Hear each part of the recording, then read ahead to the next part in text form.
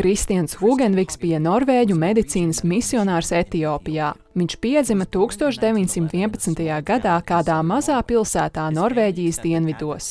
Viņa ģimene pieņēma adventisma ticību, kad Kristians bija apmēram 5 gadus vecs. Pabeidz 12. klasi, viņš saņēma finansiālu atbalstu no adventistu galvenās mītnes Oslo, lai studētu medicīnu un kļūtu par misionāru. Kad viņš pabeidza medicīnas studijas, adventistu baznīca viņu nosūtīja uz Norvēģijas ziemeļiem. Tur viņš izglītojās, lai kļūtu par ķirurgu. 1949. gadā viņš saņēma aicinājumu aizvietot saslimušu ārstu Etiopijā. Viņš labprāt devās misijā kopā ar sievu un 2 meitām. Sākumā doktoram Hugenvikam nebija daudz pacientu. Drīz viņš saprata, kāpēc. Cilvēki baidījās, ka ja viņi nomirs adventistu ārstniecības iestādē, viņi nenokļūs debesīs. Kādu dienu uz slimnīcu tika atvests jauns vīrietis ar zarnu aizsprostojumu. Ģimene jautāja, vai ārsts var garantēt, ka operācija būs veiksmīga. Ārsts varēja tikai apsolīt, ka darīs visu iespējamo, tādēļ ģimene neļāva operēt. Pēc 2 dienām pacienta stāvoklis kļuva tik smags, ka viņam likās, ka viņš nomirs.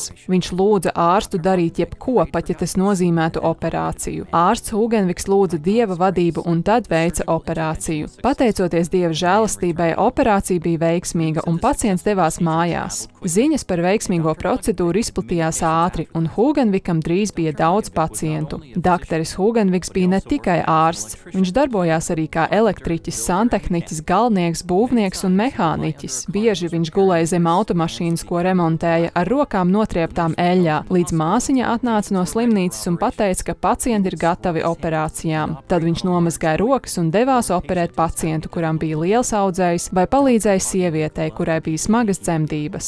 Viņš ļoti mīlēja Etiopijas iedzīvotājus un vēlējās darīt visu, lai viņiem palīdzētu. Viņš palīdzēja salabot viņu šujmašīnas, automašīnas un citas mehāniskas ierīces, palīdzēja trūcīgiem studentiem iegūt izglītību un iemācīt cilvēkiem pašiem sev palīdzēt. 1975. gada rītā, kad doktors Hugenviks jau bija kalpojis 26 gadus, apmēram 300 laupītāju uzbruka slimnīcai, to izlaupīja un iznīcināja. Viņi nodedzināja Hugenvika māju un draudēja nogalināt viņu un sievu. Viņi atrada patvērumu pie drauga, un nākamajā dienā ar lidmašīnu tika nogādāti drošībā galvaspilsētā Adisabebā. Varētu domāt, ka pēc šī briesmīgā piedzīvojuma doktoris vēlēsies atgriezties dzimtenē. Tā vietā viņš pārcēlās uz Gimbas slimnīcu Rietumu Etiopijā, kur strādāja līdz pat pensijai. Viņš kalpoja Dievam līdz pat savai nāvei 1994. gadā, 83 gadu vecumā. Vairāk stāstu par misionāriem meklējiet vietnē encyclopedia.adventist.org.